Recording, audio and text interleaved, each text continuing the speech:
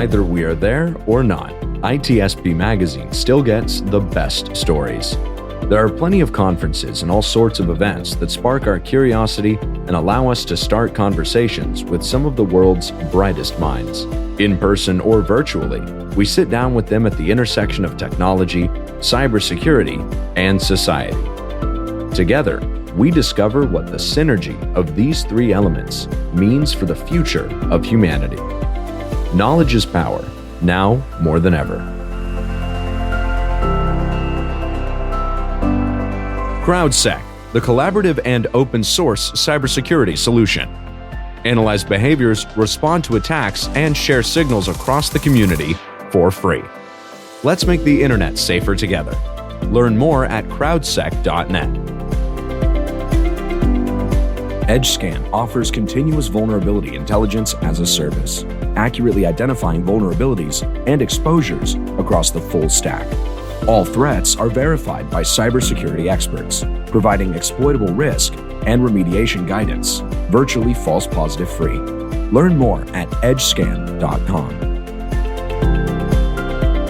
Pantera, the leader in automation security validation, allows organizations to continuously test the integrity of all cybersecurity layers by emulating real-world attacks at scale to pinpoint the exploitable vulnerabilities and prioritize remediation towards business impact.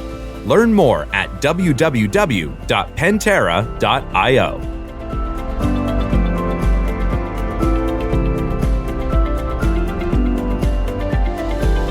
Marco, Sean, I have a package for you. another one? Another package. That's right. Didn't you just try to sell me that on another village conversation like half hour ago? Okay. Well, that was the AppSec village, and I sent you an API with yes, Halo. Which I open and no problem. This one's a little more overt. I'm actually wearing a nice delivery person uniform, and it has a name of a company that you recognize. So you want my password? That's the. No, I just want to be let into the building. You're gonna let me do that. Just login and password, okay, and the keys. Fine, fine. Because you could do a physical or a virtual attack. So, but how would you do that? What kind of magic? I have no idea. I pretend to know what I'm talking about, but I don't. It's called social engineering. That's what it's called. You should know by now, Sean. I should know by now. Come on. I know. But thankfully, we have somebody who does know, who is running I'm sure with many others, running the social engineering village at DEF CON this year. And if you haven't been, this is the first time chatting with somebody from the social engineering village for our chats on the road to Hacker Summer Camp. But I've been in there, and it's an experience, how that all works, and they do it live. It's real live social engineering, and it's pretty special. So I'm thrilled to have Snow on to give us an update on what's going on, what's planned for this year's social engineering village. Snow, thanks for being on with us. Yeah, I'm so excited to be here. Thank you for having me. Yeah, and even if it's the first time we do a chat on the road for the social engineering village, it's not the first time we chat with Snow. It was fun. It was a while back, so very, very excited to also in Vegas. Here. Also, in Vegas. Yeah, we go way back. We go way back, way back. But let's do that. Snow, a few words about you for the few people that don't know who you are, and then walk us back quickly in the history of the social engineering village and where we're up now. Perfect. All right. So my name is Stephanie Carruthers. My hacker handle is Snow. I am the chief people hacker on the IBM X-Force Red team. So day to day, I actually get to do social engineering assessments and lead a team of other social engineers. So absolutely love my job. I have been doing this type of work for several years now. Now, I actually got my start doing social engineering by attending the social engineering village at DEF CON and competing in the competition. So it's almost been 10 years since I won the black badge for that competition. And this year I'm so excited to be the co-founder and work with this large, amazing team to put on the new social engineering community. So something a lot of people don't know, and I'm really excited about, is this is actually our first year, which might confuse you, right? Everyone's heard of the Social Engineering Village. It's been around forever. However, the past organizer is no longer running it. And this is a brand new year for us. So we're excited to come in. We did some updates to the name. So instead of Social Engineering Village, we're actually the Social Engineering Community, but still a village within DEF CON. But the whole idea of the community aspect is we wanted to make sure we were able to bring in tons of different people from the information security community who are excited about social engineering, who can help teach people, foster, that creativity, and really advance the craft. So very, very excited for this brand new start. So it's really fun going from not being an InfoSec to wandering into DEF CON, seeing this village, falling in love with this craft. And then now today I'm really excited that I'm able to co-found it with JC, my husband, along with a huge team of volunteers and staff who are tremendous, and we could not do it without any of them. I love it, and I'm so excited for both of you, and congratulations on that. And I love the word community, because and as maybe I'll have you describe in much more detail what social engineering is for those who may not know. In my simple words, it's abusing trust. Yeah. And so the idea of community to me says you're all there to understand what it means to abuse trust, but you need to be able to trust each other, and I think that's a huge part of the community aspect there. So maybe a quick word on what is social engineering? Yeah, so just that. Yeah, social engineering is using influence techniques to convince a person or group of people to do something that they typically wouldn't do, and that's normally expressed through phone calls, so phishing, which is voice phishing, email phishing, or even in person or on site. So it's typically, I like to categorize it in remote social engineering or in-person social engineering. So our village is able to capture some competitions and some learning events around social engineering. So Sean kind of mentioned when we were there, you guys do stuff live. So you actually do this call, this vision. Yes. And it's like you said, it's incredible the fact that you're really showing. I'm gonna say how easy it is, but with air quotes, because I know it's not easy at all. I mean, what you do is incredible. And tell me, what can people expect when they come to this village/community this year that is different maybe from if they've been before? Yeah, so we have a good handful of similarities and some new stuff. So let's first talk about that vishing competition. That is, I would say, the flagship event. That's the one everyone's excited to see. So we actually have our contestants already chosen, and they might be a solo competitor or a team. We gave them the option if they want to work with teams. And how it works is they are given a target company. We do have a theme this year. I can't tell you what it is yet, but I'm sure you'll find out very soon. So they're all given a target company and a list of objectives. So what they do is they research, they go out and perform open source intelligence or OSINT gathering on their target company and try to find as much information as possible. So they document all these objectives they found, and then they go on and they create what we call a vishing plan. So that's where we actually see what are they planning to do, because we want to make sure they're following our code of ethics, which is new for us. It's extremely important, as you can imagine, with social engineering.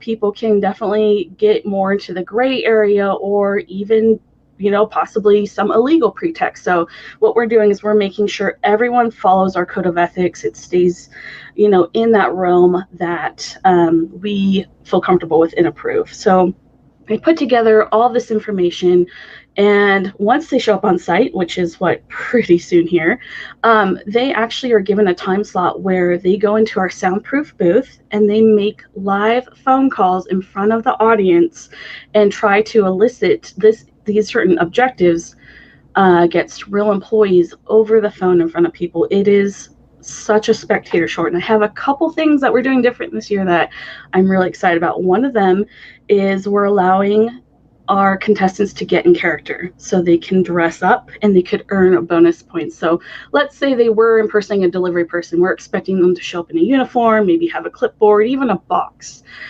So things like that, I'm really hoping captures the spirit of social engineering, and it's really exciting for the audience to see that. So that's pretty much the competition in the nutshell. We actually have one more thing I just thought of that we added this year, and that's going back to the whole community aspect, right? Because we want to help people. We want to make sure that they're learning from this experience, especially if it's someone new to the field doing this competition. And we have added coaches. So as they're going through and doing all this work, they have the opportunity to meet with 4 different coaches several times.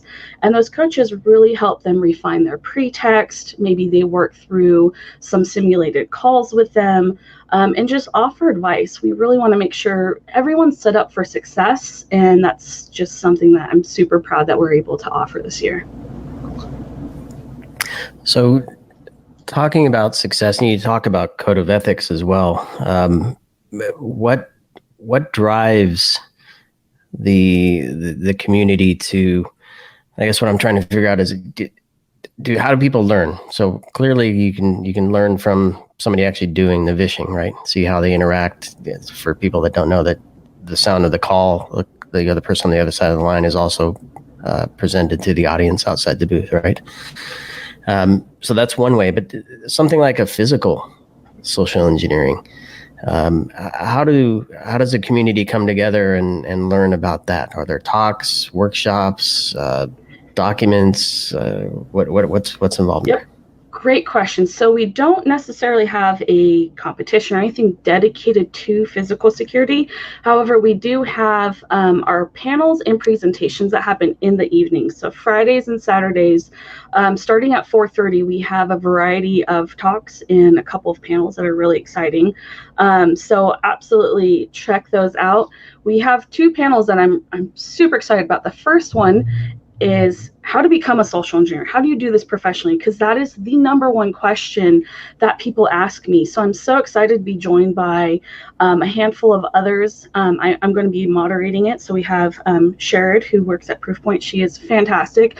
She has led red teams, and she now works with people who are defending against social engineers. And then we have Kritika, who is a social engineer and pen tester. And then we have Anshul, who is actually an educator with a focus on social engineering. So she is a professor. So really excited to get these 3 amazing people's backgrounds and their opinions, because again, people come in all the time and ask us, how do I do this for a living? And we have built a panel around it. We have another panel all about the ethics and laws when related to social engineering, because that's another question that gets brought up a lot, is this legal, right? Can you do this?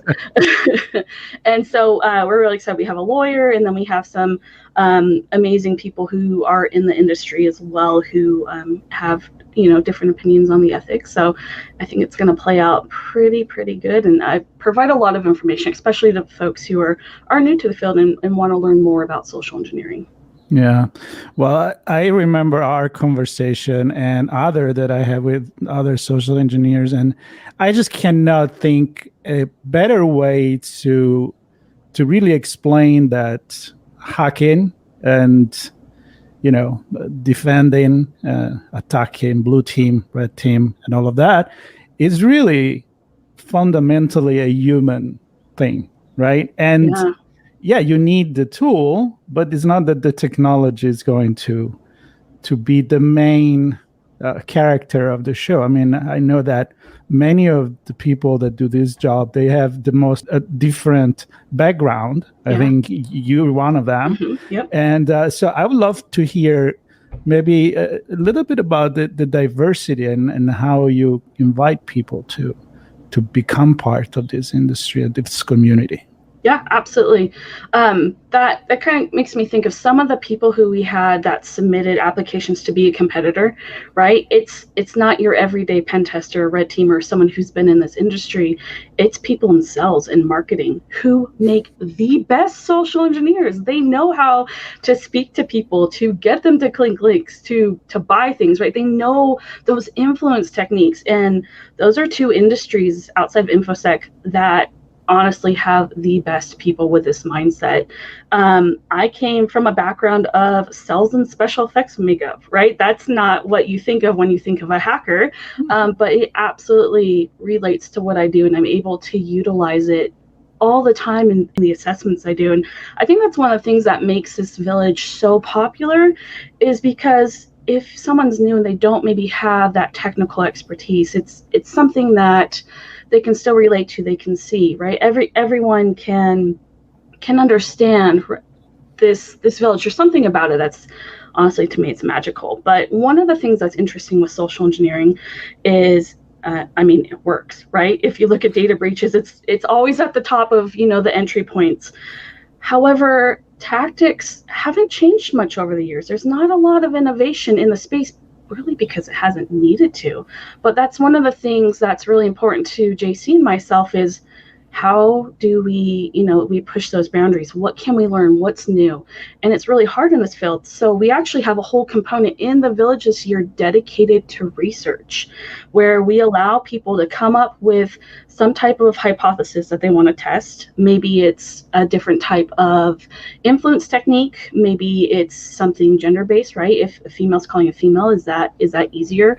Just different types of research. And we actually allow them to put together this whole package. They work with Anshul, who has a huge background research and an amazing professor. And they are actually given time to get in the call booth and place real calls to test out that research. And I am so excited about that, because it's something that, this field doesn't do. So just anything that we can do to further our craft and to learn more is really, really exciting to us. It reminds me of the show What Would You Do? I don't know if you've ever seen that. Yeah. Where the scenario is presented to somebody typically in a public setting, and they're tested to see how they'll respond. Will they be bold? Will they turn inward? Will they be helpful? Will they be negative? It's super interesting. So I can see how fun that would be as part of that. So clearly, a lot of people coming to learn how to do social engineering, whatever doing is. What about the defending? Because we're not talking about a machine that can't think for itself, right. and probably doesn't, other than the person who programmed the machine, doesn't have much bias. It's told, you run this application and that's what you do. People are different, right? We all think differently. We have different trust levels, different experiences in life that make us respond in certain ways when we're being fished or vished or whatever. So what about the defense part of this is in the village, the community? That's a fantastic question. So that's something that we're planning on kind of doing a debrief after every single call that's placed. We're going to have the contestant come up, and we have 3 judges this year, Rachel Toback, myself, and Chris Kirsch. And so one of the questions that I'm going to ask to the audience is, okay, you're a defender, you work at this organization. What are things that, we could have trained our people differently? Try to foster a discussion around the defense. We really don't want to put these target companies in a bad light, right? Everyone has these risks. It all depends on how much, training the person gets that answers the call, right? All these things. But we want to make sure that we are also talking about how to defend against it. It's extremely important. We actually have, I believe, a presentation or two that kind of go over a little bit more of the defense part of social engineering. So that's definitely something that we're looking into. And we also want to incorporate more in the future, right? We don't want this to necessarily be so offensive focused. We want everyone to learn from it. That's why we're excited to ask these questions and involve the audience, right? If you're there, like, I want you talking. I want to hear your opinion. It's not necessarily everything is a spectator sport. I want to hear voices. I want to learn things, right? Yeah. And I want to underline that because if there are people listening to this podcast or even others about the village and they're not really in the cybersecurity community, they need to understand that this is not, we do it for a reason, which is to defend. Right. Like even when you hear like red team, blue team, it's like, think like an attacker so that you can train the companies, the individual to defend themselves. So very, very important. As we close, I was scrolling through the social engineering community website, which of course will put all the links to it in the show notes, and I saw a youth challenge. Yes. Can you tell me about that one? I can. I've never wanted to participate in a youth event more. I am so excited for this one. So we have Mandy and Kyle who are running this. Mandy's actually a school teacher who develops curriculum. So the best person I could think of to start this challenge. So this year, our theme for the kids is heroes versus villains. And what they are is they're able to choose which side they want to work with. And they're given a list of different objectives to go and complete. Think of it like a choose your own adventure style competition. So they have a list of all these things and they get points for it. And we're actually working with a handful of other villages, I think about 10, right? Because it's important for us, again, going back to that community aspect. If you're showing up in our village, we don't want you staying in our village the whole time. Go explore DEF CON, go explore the other villages. So we were able to work with a good handful of them. So the kids can go and learn things, not just at our village. So they could go and learn about car hacking, right? We have tons of different villages we're working with. And then at the end, whoever is the superhuman, whether it's from the villains or hero side, gets a pretty cool prize. So really, really excited about this one and to get kids involved in information security so they can learn just a number of things at DEF CON. Again, I wish when I first went to DEF CON, I had something like this. It's like a path to kind of learn a bunch of different things from other villages. So super exciting stuff. And I remember, I don't know if you were there, Marco, one of our good friends from the Blue Team Village, his daughter was trying to social engineer me. No, I would love to say that. I was trying to learn about me without letting me know who she was. She was practicing. Good, very good. She was practicing. She's hired. Exactly. Yes, super cool. So that the youth, they're the future. So I'm excited to hear that program is there. Yeah. And I just want to say as we close here, Snow, because as a Black Badge winner, you get a free pass every year, right? I do, yeah. Pretty exciting. So presumably you could just go and enjoy yourself. But I can and I have, yes. But instead, you are doing this. And the reason I'm mentioning that is because this is a lot of work. And to pull something like this together with you and your husband and the rest of the crew and the volunteers and everybody and the sponsors, it's a lot and it's important. And I want to thank you for bringing this community together with some fresh new experiences, and I'm excited for this, and I want to thank you for all that you're doing. You know, Sean, Snow would have get free anyway. She was social engineering herself, so that too. That too. It is my pleasure. JC and I are so excited to do this. We just the opportunity to give back means the world to us. Yeah. Yep. And to everybody there as well. Yeah. Exactly. Absolutely. All right. Well, thank you for joining us and giving us an update. And hopefully you get to meet loads of new people in the community. And for everybody listening to this Chats on the Road to Hacker Summer Camp, we're going to include links to the schedule and the youth challenge and the Martha? stream. We'll connect with them. The live streaming. Yeah. Yes. We'll connect. Stay tuned. So stay tuned for that and all the other chats on the road to DEF CON, keynote speakers and villages and all the fun stuff. So thanks everybody for listening. Thanks Snow for sharing. Thanks Marco for accepting the package. For nothing. Pantera, the leader in automation security validation, allows organizations to continuously test the integrity of all cybersecurity layers by emulating real-world attacks at scale to pinpoint the exploitable vulnerabilities and prioritize remediation towards business impact.